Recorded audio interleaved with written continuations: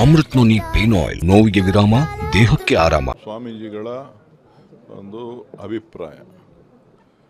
So ಅವರು ಕೆಂಪೇಗೌಡ ದಿನಾಚರಣೆ ಸಂಬಂಧ ನಡೆದಂಥ ಕಾರ್ಯಕ್ರಮದಲ್ಲಿ ಅವರ ವೈಯಕ್ತಿಕ ಅಭಿಪ್ರಾಯವನ್ನು, ಸಮಾಜದ ಅಭಿಪ್ರಾಯವನ್ನು ಅವರು ತಿಳಿಸಿದ್ದಾರೆ. ಸೊ ತೀರ್ಮಾನ ಮಾಡಬೇಕಾದಂಥದ್ದು ಪಕ್ಷದ ಹೈಕಮಾಂಡ್. ಈಗ ಸಿದ್ದರಾಮಯ್ಯನವರು ಮುಖ್ಯಮಂತ್ರಿ ಆಗಿದ್ದಾರೆ, ಸ್ಥಾನ ಖಾಲಿ ಇಲ್ಲ. ಸೊ ಖಾಲಿ ಆದಂಥ ಸಂದರ್ಭದಲ್ಲಿ ಚರ್ಚೆಗೆ ಬರ್ತೀವಲ್ಲ. ಅಂದರೆ ಸರ್, ಇದ್ರ ಜೊತೆ ಮೂರು ಜನ DCMಗಳನ್ನ ಮಾಡಿ ಅಂತ ಕೂಡ ಒತ್ತಾಯ ಮಾಡುವಂಥದ್ದು ಸರ್.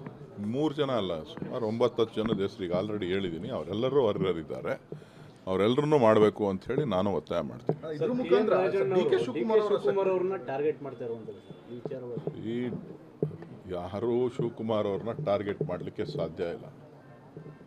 ಅವರ ಭ್ರಮೆ. ಯಾರ ಟಾರ್ಗೆಟ್ ಮಾಡ್ತೀನಿ ಅನ್ನೋದೇನಾರ ಇದ್ದರೆ ಅದು ಅವರವರ ಭ್ರಮೆ ಆಗ್ತದೆ. DK ಶಿವಕುಮಾರ್ ಅವರು ಅವರದೇದಂಥ ವ್ಯಕ್ತಿತ್ವವನ್ನು ಬೆಳೆಸ್ಕೊಂಡು ಹೋರಾಟದ ಬದುಕಿನ ಮುಖಾಂತರ ಸುಮಾರು 35 ವರ್ಷಗಳ ಸುದೀರ್ಘ ರಾಜಕಾರಣವನ್ನು ಮಾಡಿ ರಾಜ್ಯದಲ್ಲಿ ಪಕ್ಷದಲ್ಲಿ ಕೆಲಸ ಮಾಡ್ತಾ ಬಂದಿದ್ದಾರೆ. ಸೊ ಯಾರೋ ಮರ್ಜಿಯಿಂದ ಬಂದಂಥ ವ್ಯಕ್ತಿ ಅಲ್ಲ. ಯಾರೋ ಹೆಸರಿನಲ್ಲೋ ಅಥವಾ ಬೇರೆಯವರ ಇದರಲ್ಲೋ ಬೆಳೆದು ಬಂದಂಥವ್ರಲ್ಲ. ಹೋರಾಟದ ಬದುಕಿನ ಮುಖಾಂತರ ರಾಜಕಾರಣದಲ್ಲಿ ಮಾಡ್ಕೊಂಡು ಬಂದಂಥವರು ಇವತ್ತು ಪಕ್ಷದ ಅಧ್ಯಕ್ಷರಾಗಿ, ಉಪಮುಖ್ಯಮಂತ್ರಿಗಳಾಗಿ ಈ ರಾಜ್ಯದಲ್ಲಿ ಸೇವೆಯನ್ನು ಮಾಡ್ತಾಯಿದ್ದಾರೆ. ಕೆಲವರು ಬೇರೆ ಬೇರೆ ಅವರವರ ಅಭಿಪ್ರಾಯಗಳನ್ನು ತಿಳಿಸ್ಲಿಕ್ಕೆ ಅವರು ಕೂಡ ಅರ್ಹರಿದ್ದಾರೆ. DK ಶಿವಕುಮಾರ್ ಅವ್ರನ್ನ ಟಾರ್ಗೆಟ್ ಮಾಡಿ ನಾನು ಲೀಡರ್ ಆಗ್ತೀನಿ ಅಂತ ಅಂದರೆ ಅದು ಅವರ ಭ್ರಮೆ ಆಗ್ತದೆ. 8ರಿಂದ 9 ಜನಗಳನ್ನ DCM ಮಾಡಿದ್ರೆ DK ಶಿವಕುಮಾರ್ ಅವರ ಶಕ್ತಿ ಕುಂದಲ್ವಾ ಸರ್ ಅಂತೇಳಿ? ಏನಿಲ್ಲ, ಈಗಿರೋ ಮಂತ್ರಿಗಳಿಗೂ ಕೂಡ 33 ಜನಕ್ಕೆ ಏನು ಅಧಿಕಾರ ಇದೆಯೋ DK ಶಿವಕುಮಾರ್ ಅವ್ರಿಗೂ ಅಷ್ಟೇ ಅಧಿಕಾರ ಇರೋದು. ಸರ್, ಸ್ವಾಮೀಜಿಗಳಿಗೆ ಅವರು ತಮ್ಮದೇ ಆದಂತಹ ಅಭಿಪ್ರಾಯವನ್ನು ವ್ಯಕ್ತಪಡಿಸಿದ್ದಾರೆ. ಆದರೆ KN ರಾಜನ್ ಅವರು ಅವರ ವಿರುದ್ಧ ಅವಹೇಳನಕಾರಿಯಾಗಿ ಮಾತನಾಡಿದ್ದಾರೆ ಅಂತ ಆರೋಪ ಇದೆ. ನೋಡಿ, ಅವರ ಅವಹೇಳನಕಾರಿ ಅವರ ಒಂದು ವ್ಯಕ್ತಿತ್ವವನ್ನು ಪ್ರದರ್ಶನ ಮಾಡ್ತದೆ. ಸಮಾಜ ಎಲ್ಲವನ್ನು ಕೂಡ ಗಮನಿಸ್ತಾ ಇದೆ. ಸಮಾಜ ಅವರ ಹೇಳಿಕೆಗಳನ್ನು, ಪ್ರತಿಯೊಬ್ಬರ ಹೇಳಿಕೆಗಳನ್ನು ಗಮನಿಸ್ತಾ ಇದೆ. ತಿದ್ದುಕೊಳ್ಬೇಕಾದಂತೂ ಆಡಳಿತ ನಡೆಸ್ತಾ ಇರ್ತಕ್ಕಂಥವರ ಕರ್ತವ್ಯ.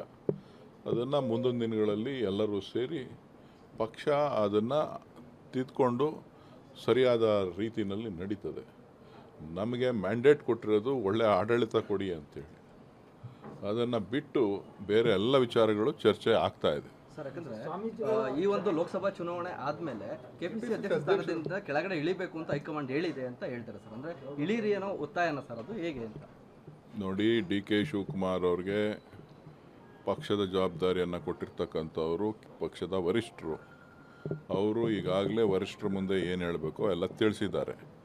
ಅದನ್ನು ಮಾಧ್ಯಮಗಳಿಗಾಗಲಿ ಅಥವಾ ಬೇರೆಯವ್ರು ಮಾತಾಡೋರಿಗಾಗಲಿ ತಿಳಿಸ್ಲಿಕ್ಕೆ ಸಾಧ್ಯ ಇಲ್ಲ. ಯಾವ ಹುದ್ದೆ ಕೂಡ ಶಾಶ್ವತ ಅಲ್ಲ,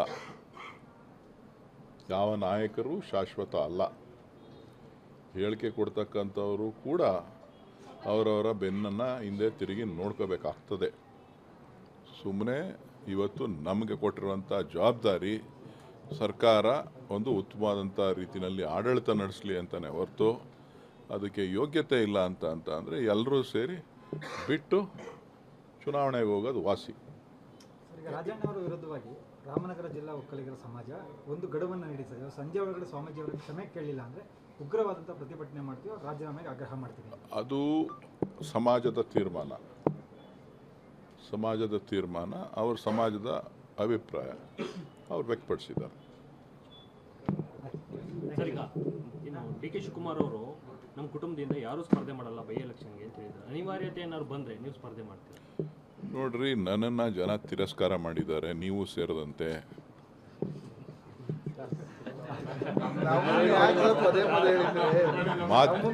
ಮಾಧ್ಯಮಗಳು ಸೇರಿದಂತೆ ಎಲ್ಲರೂ ಕೂಡ ನನ್ನ ಆಚಾರ ವಿಚಾರಗಳನ್ನು ಬಹಳಷ್ಟು ವಿಭಿನ್ನವಾಗಿ ಚರ್ಚೆ ಮಾಡಿ ತಿರಸ್ಕಾರ ಮಾಡಿದ್ದಾರೆ.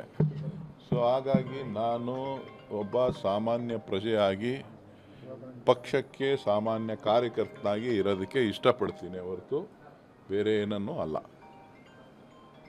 ಸರ್, ಈಗ ಚನ್ನಪಟ್ಟಣ ಉಪಚುನಾವಣೆಗೆ ಸಮರ್ಥ ಅಭ್ಯರ್ಥಿ ಬೇಕು ಅನ್ನೋದು ಕೂಡ ಸ್ಥಳೀಯ ಮುಖಂಡರ ಒತ್ತಾಯ ಆಗಿರುವಂಥದ್ದು ಸರ್. ಸಮರ್ಥ ಅಭ್ಯರ್ಥಿಯನ್ನೇ ಎದುರಾಳಿಯನ್ನಾಗಿ ಮಾಡ್ತೇವೆ. ಈಗಾಗಲೇ ನಮ್ಮ ಪಕ್ಷದ ಕಾರ್ಯಕರ್ತರುಗಳ ಭಾವನೆಗಳನ್ನು ತಿಳ್ಕೊಳ್ಳಿಕ್ಕೆ ಒಂದು ಸಮಿತಿಯನ್ನು ಪಕ್ಷದ ಅಧ್ಯಕ್ಷರು ನೇಮಕ ಮಾಡಿದ್ದಾರೆ. ಜೊತೆಗೆ ನಾವು ಪಕ್ಷ ಸಂಘಟನೆ ಮಾಡಲಿಕ್ಕೆ ಕಾರ್ಯಕ್ರಮಗಳನ್ನು ರೂಪಿಸ್ತಾ ಇದ್ದೀವಿ. ಸೊ ಅದು ನಮ್ಮ ರಾಜ್ಯ.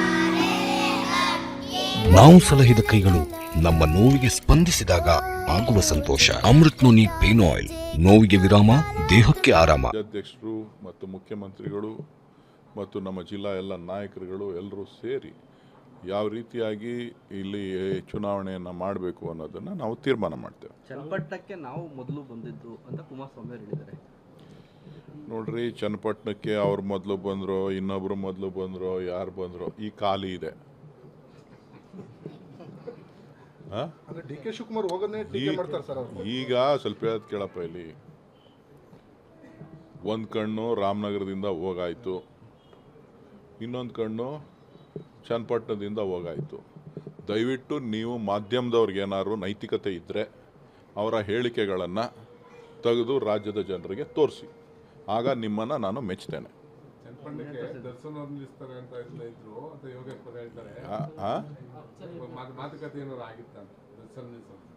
ಕುಚೇಷ್ಟೆಗಳಿಗೆ ಉತ್ತರ ಕೊಡುವಂಥ ಪರಿಸ್ಥಿತಿನಲ್ಲಿ ನಾನಿಲ್ಲ.